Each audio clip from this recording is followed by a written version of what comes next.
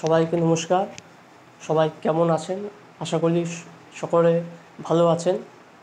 আজকে আরেকটা নতুন ভিডিও নিয়ে আমি আমার চ্যানেলে চলে এসেছি। আজকে আমরা পড়ব হরপ্পা সভ্যতা বা সিন্ধু সভ্যতা, Indus valley civilization, Harappan civilization অর্থাৎ সিন্ধু সভ্যতা। আমরা সিন্ধু সভ্যতাকে অন্য আরেকটা নামে জেনে থাকি, সেটা হচ্ছে হরপ্পা সভ্যতা। টাইম পিরিয়ড অর্থাৎ সময়কাল, হরপ্পা সভ্যতা বা সিন্ধু সভ্যতার সময়কালটা কত ছিল? 2500 থেকে 1750 খ্রিস্টপূর্বাব্দ।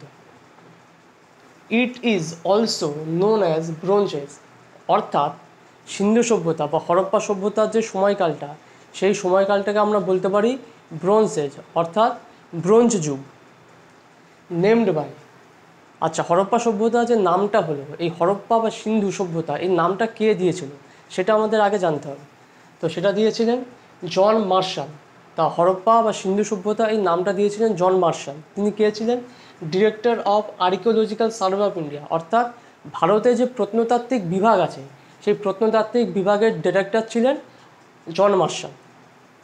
ফার্স্ট চেয়ারম্যান, অর্থাৎ ভারতীয় প্রত্নতাত্ত্বিক বিভাগের প্রথম যে চেয়ারম্যান ছিলেন সেটা কে ছিলেন? সেটা ছিলেন আলেকজান্ডার কানিংহাম, অর্থাৎ প্রথম চেয়ারম্যান ছিলেন আলেকজান্ডার কানিংহাম। তাকে কি বলা হয়? ফাদার অফ ইন্ডিয়ান আর্কিওলজি, অর্থাৎ ভারতীয় প্রত্নতাত্ত্বিকের পিতা বা ভারতীয় প্রত্নতাত্ত্বিকের জনক, সেটা বলা হয় আলেকজান্ডার কানিংহামকে। Harappa was the first site of IVC to be discovered in 1921 by Dayaram Sahni, অর্থাৎ সিন্ধু সভ্যতাটা ছিল অনেক বড় একটা সভ্যতা।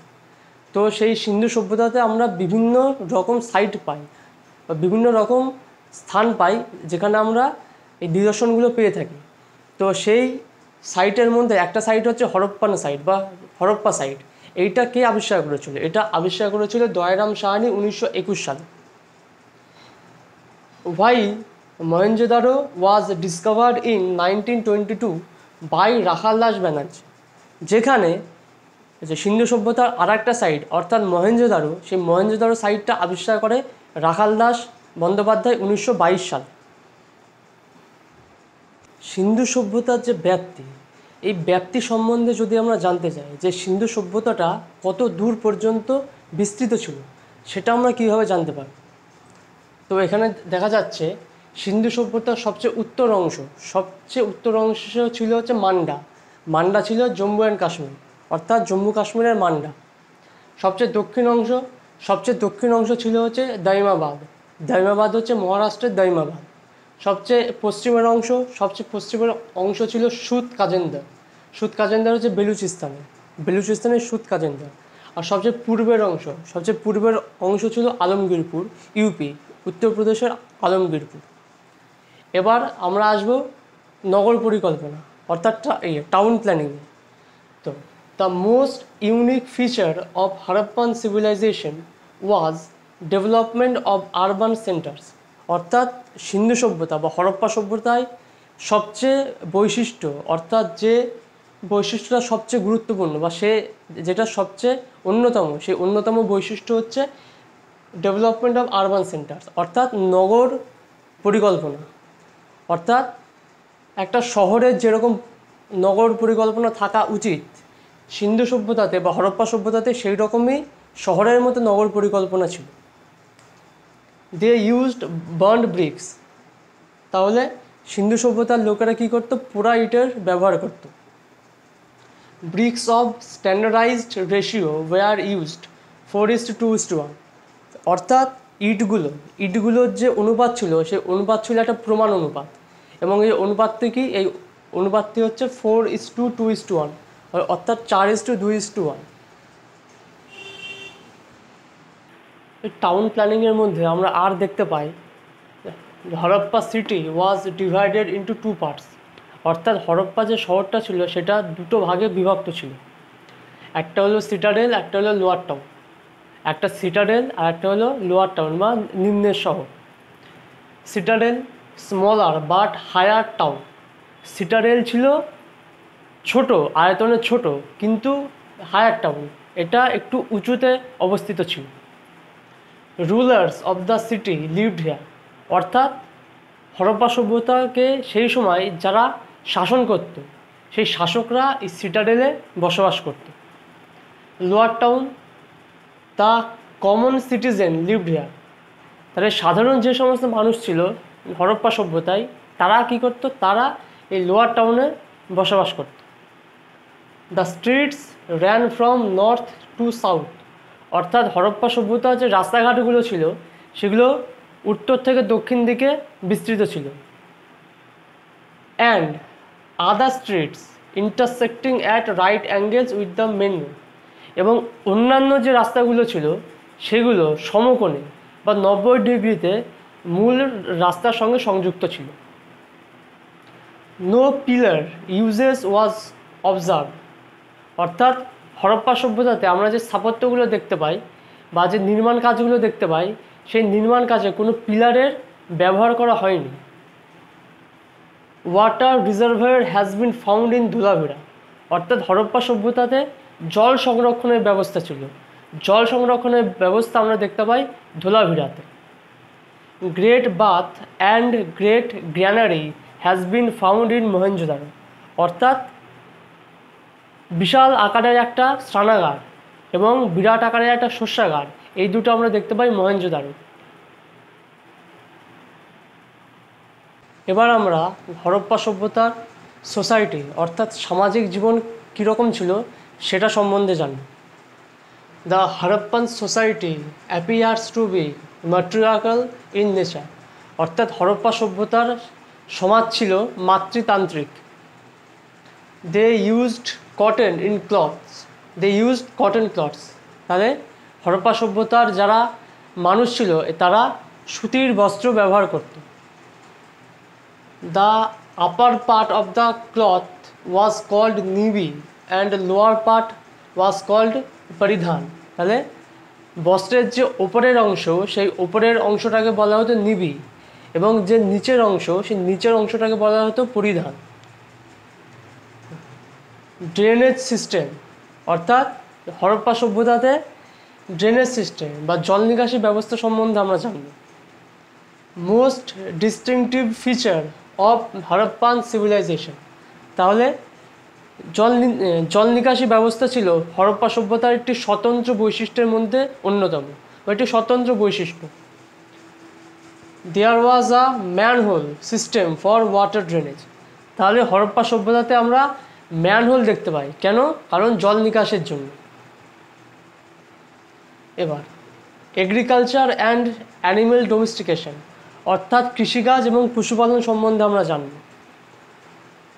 Cotton was one of the distinguishing feature of IBC, অর্থাৎ তুলো ছিল হরপ্পা সভ্যতার একটি অন্যতম বৈশিষ্ট্যের মধ্যে একটা।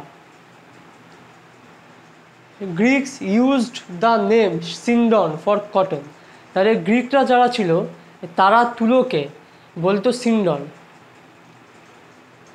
ক্যাটেলস like sheep, goat, buffalo, pig, bull were domesticated, তাহলে আমরা হরপ্পা সভ্যতাতে কী কী প্রাণীদেরকে পশুপালন করতে দেখতে পাই, সেগুলো হচ্ছে ভেড়া, ছাগল, মোষ, শূকর, ষাঁড়। But evidence of horse and cow was not found, কিন্তু ঘোড়া এবং গরুর কোনো প্রমাণ আমরা পাই না হরপ্পা সভ্যতা থেকে। এবার আমরা দেখব ট্রেড অ্যান্ড কমার্স, অর্থাৎ হরপ্পা সভ্যতাতে বাণিজ্য ব্যাপারটা কীরকম ছিল সেই সম্বন্ধে আমরা জানি।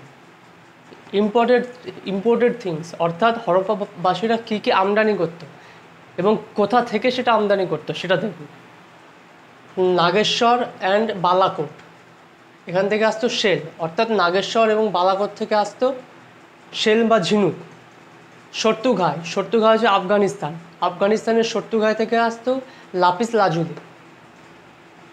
South Rajasthan and north Gujarat, অর্থাৎ দক্ষিণ রাজস্থান এবং উত্তর গুজরাট এ থেকে আসতো কার্নেলাইন। খেত্রি অ্যান্ড ওমান, খেত্রি এবং ওমান থেকে আসতো স্টেটাইট। স্টেটাইট কি? স্টেটাইট হচ্ছে সফট স্টোন, এক ধরনের নরম পাথর।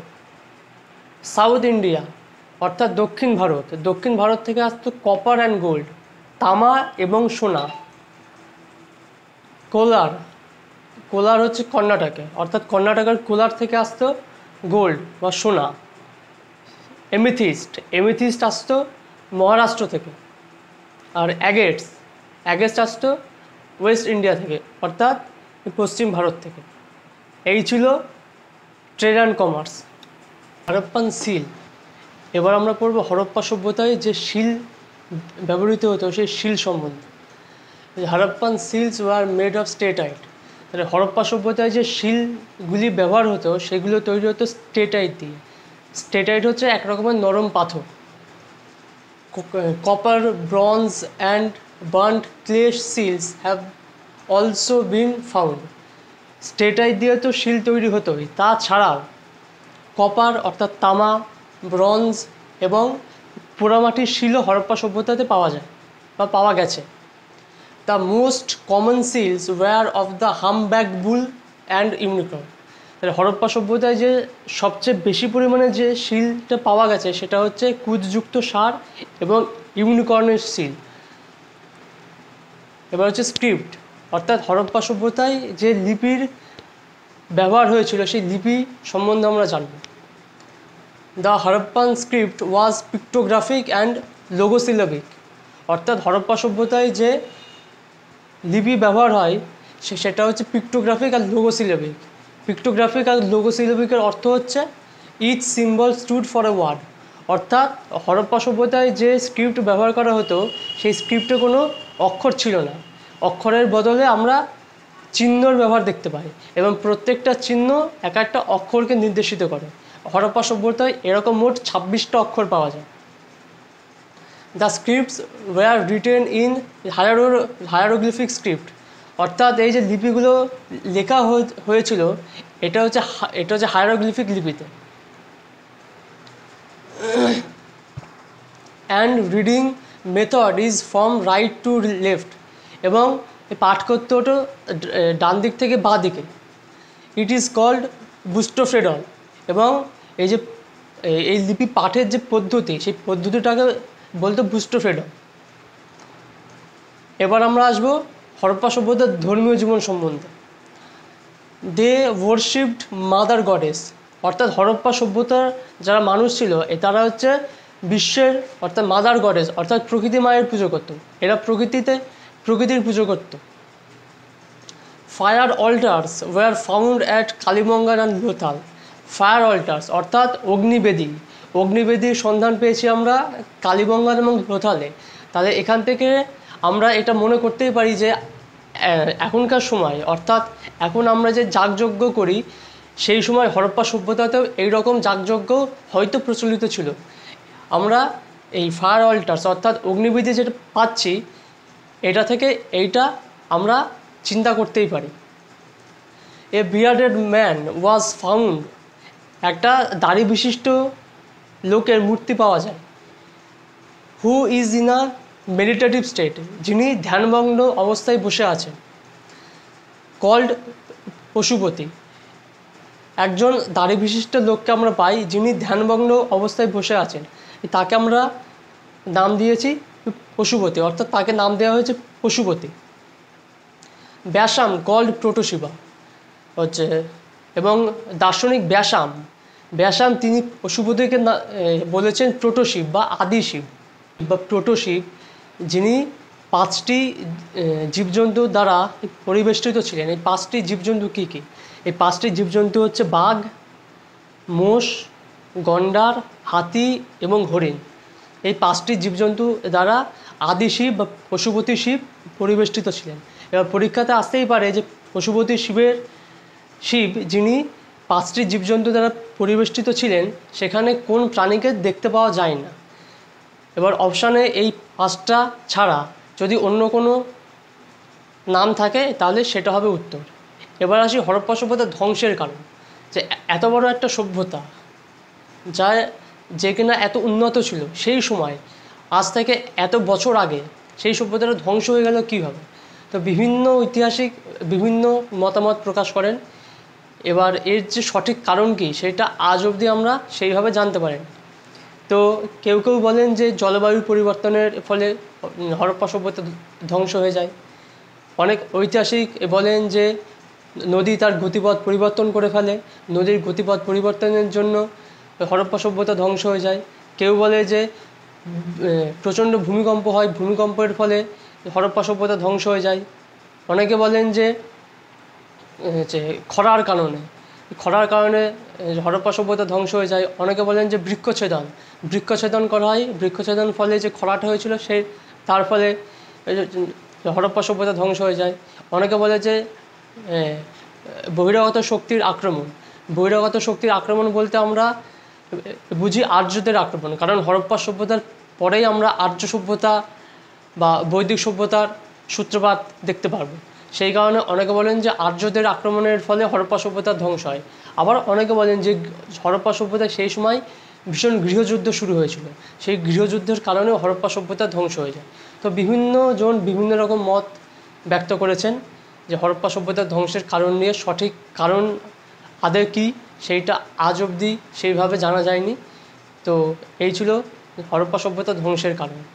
এরপরে আমরা পড়ব যে হরপ্পা সভ্যতার যে সমস্ত প্রত্নতাত্ত্বিক দিকগুলি আবিষ্কার হয়েছে, সেই প্রত্নতাত্ত্বিক দিকগুলি আবিষ্কার হওয়ার ফলে সেখান থেকে আমরা কী কী নিদর্শন পেয়েছি, সেই প্রত্নতাত্ত্বিক যে দিকগুলো আবিষ্কার হয়েছে সেই প্রত্নতাত্ত্বিক দিকগুলোর বৈশিষ্ট্য কী এবং কে সেই প্রত্নতাত্ত্বিক দিকগুলো আবিষ্কার করেছে।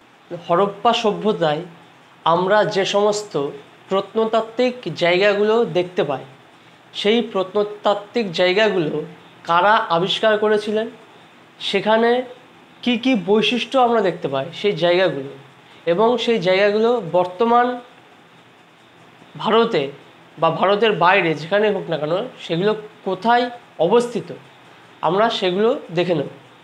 তো প্রথমে যাচ্ছি হরপ্পা সম্বন্ধে বলছি। হরপ্পাতে কি 2 rows of 6 granaries, অর্থাৎ হরপ্পা সভ্যতাতে কি দেখতে পাওয়া যায়? হরপ্পা সভ্যতাতে দেখতে পাওয়া যায় 2 rows of 6 granaries, অর্থাৎ দুটো সারি দেখতে পাওয়া যায়, এবং দুটো সারিতে অর্থাৎ প্রত্যেকটা সারিতে 6টা করে শস্যাগার ছিল। এটা দেখতে পাওয়া যায় হরপ্পাতে। মিরর মেড অফ কপার, অর্থাৎ তামার তৈরি আয়না দেখতে পাওয়া যায়। 6 stages of civilization, অর্থাৎ হরপ্পা সভ্যতাতে আমরা সভ্যতার 6টা স্তর দেখতে পাই। বিসাইডস রাভি রিভার, পাকিস্তান, পাঞ্জাব, অর্থাৎ হরপ্পা সভ্যতা অবস্থিত হচ্ছে রাভি নদীর তীরে, যেটা বর্তমানে আছে পাকিস্তানের পাঞ্জাব প্রদেশে। এরপরে আছে Mohenjodaro. Besides Indus river, Pakistan, Sindh. তাহলে মহেঞ্জোদারো অবস্থিত ইন্দাস রিভার অর্থাৎ সিন্ধু নদীর তীরে, যেটা বর্তমানে আছে পাকিস্তানের সিন্ধু প্রদেশে। মহেঞ্জোদারোকে কি বলা হয়? মাউন্ট অফ ডেড, অর্থাৎ মৃতের স্তূপ। গ্রেট বাথ, অর্থাৎ বিশাল স্নানাগার আমরা দেখতে পাই, এটা আমরা আগেই দেখেছি। লার্জ গ্র্যানারি, অর্থাৎ একটা বিরাট আকারের একটা শস্যাগারও আমরা দেখতে পাই। Piece of woven cotton cloth, অর্থাৎ তাঁতে বোনা সুতি বস্ত্রের সন্ধান আমরা পাই মহেঞ্জোদারো থেকে। ব্রঞ্জ ডান্সিং গার্ল, অর্থাৎ একটি নৃত্যরত নারী মূর্তির সন্ধান পাই আমরা, যেটা ব্রোঞ্জ দ্বারা নির্মিত ছিল। সিল রিপ্রেজেন্টিং মাদার গডেস, অর্থাৎ আমরা একটা শিল দেখতে পাই যে শিলে কিনা প্রকৃতি মায়ের ছবি ছিল। বিয়ার্ডেড ম্যান, পশুপতি, আমরা একটা দাড়ি বিশিষ্ট লোককে দেখতে পাই যিনি কিনা ধ্যানমগ্ন অবস্থায় রয়েছেন, তাকে আমরা বলছি পশুপতি বা আদিশিব বা প্রোটোশিব। ব্যাঙ্গেলস অফ ক্লে, অর্থাৎ কাদার তৈরি চুড়ি আমরা দেখতে পাই। এখনকার বর্তমানে মহিলারা যে সমস্ত বিভিন্ন রকমের চুড়ি পরে, কিন্তু সেই সময় হরপ্পা সভ্যতা বা সিন্ধু সভ্যতার যারা মহিলা ছিল তারা কিন্তু কাদার তৈরি চুড়ি পরত। আচ্ছা, এরপরে আসছে রোপার বিসাইডস সুতলেজ রিভার, অর্থাৎ রোপার যে স্থানটা সেটা আছে সুতলেজ রিভার অর্থাৎ সতলজ নদীর তীরে। Rice husk found, rice husk মানে ধানের তুষ, আমরা রোপার থেকে ধানের তুষের সন্ধান পাই। Evidence of burying dog below humans, অর্থাৎ রোপারে আমরা কি পাই, মানুষের সঙ্গে কুকুরের একসঙ্গে সমাধি আমরা দেখতে পাই রোপারে। এবার সুরকোদরা, সুরকোদরা হচ্ছে বিসাইড সাবরমতী রিভার, সুরকোদরা অবস্থিত সবরমতী নদীর তীরে।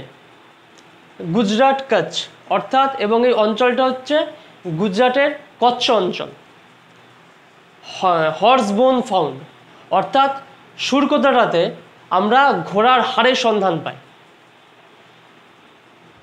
এরপরে আসবো আমরা একটা ভীষণ গুরুত্বপূর্ণ সাইটে।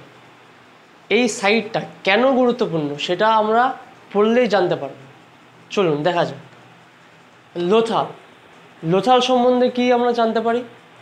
Besides Bhogava and Sabarmati river confluence, অর্থাৎ লোথাল যে অঞ্চলটি সেটি অবস্থিত ছিল ভোগাভা এবং সবরমতী নদীর সঙ্গমস্থলে। গুজরাট আহমেদাবাদ, অর্থাৎ লোথাল যে অঞ্চলটা সেটা আছে গুজরাটের আহমেদাবাদে। Excavator S.R.. রাও 1957, অর্থাৎ লোথাল যে অঞ্চলটি এটির যিনি খনন কার্য চালিয়েছিলেন তিনি হচ্ছেন এস.আর. রাও। কত সালে? 1957 সালে। ফাউন্ড ডকইয়ার্ড, অর্থাৎ লোথালে আমরা বন্দরের সন্ধান পাই। Town not divided into two sectors, অর্থাৎ আমরা দেখতে পাই সিন্ধু সভ্যতার শহর দুটো ভাগে বিভক্ত ছিল, একটা হচ্ছে সিটাডেল আর একটা হচ্ছে লোয়ার টাউন। অর্থাৎ সিটাডেল ছিল যারা সমাজের উচ্চ শ্রেণীর মানুষ বা সেই সময় যারা সমাজের শাসন করত তারা সিটাডেলে বসবাস করত, এবং সমাজের যারা সাধারণ মানুষ ছিল তারা কি করত, তারা লোয়ার টাউনে বসবাস করত। কিন্তু লোথাল হচ্ছে এমন একটা স্থান যেখানে কিনা আমরা এই হরপ্পা সভ্যতা বা সিন্ধু সভ্যতার যে শহরের দুটো ভাগ সেই দুটো ভাগ পাই না। ফাউন্ড বেড মেকিং ফ্যাক্টরিজ, অর্থাৎ আমরা লোথালে দেখতে পাই বেড মেকিং ফ্যাক্টরিজ, অর্থাৎ পুঁথি তৈরির কারখানা। Evidence of double burial male and female, অর্থাৎ লোথালে আমরা দেখতে পাই একসঙ্গে পুরুষ এবং মহিলাকে কবর দেওয়া হয়েছে। আইভরি সিল ফাউন্ড হিয়ার, অর্থাৎ লোথালে আমরা আইভরি শিল দেখতে পাই। ফায়ার অল্টারস ফাউন্ড হিয়ার, অগ্নিবেদী আমরা দেখতে পাই লোথালে। Seal from Mesopotamian found here, অর্থাৎ মেসোপটেমিয়া থেকে আগত বা মেসোপটেমিয়ার শিল আমরা দেখতে পাই লোথালে। অর্থাৎ এখান থেকে আমরা কি জানতে পারি? এখান থেকে আমরা এটাই প্রমাণ পাই যে সেই সময় সিন্ধু সভ্যতার অধিবাসীরা মেসোপটেমিয়ার সঙ্গে ব্যবসা বাণিজ্য করত। Terracotta model of ship found here, অর্থাৎ জাহাজের টেরাকোটা মডেল আমরা দেখতে পাই। জাহাজের টেরাকোটা মডেল আমরা এই লোথাল থেকে দেখতে পেয়েছি।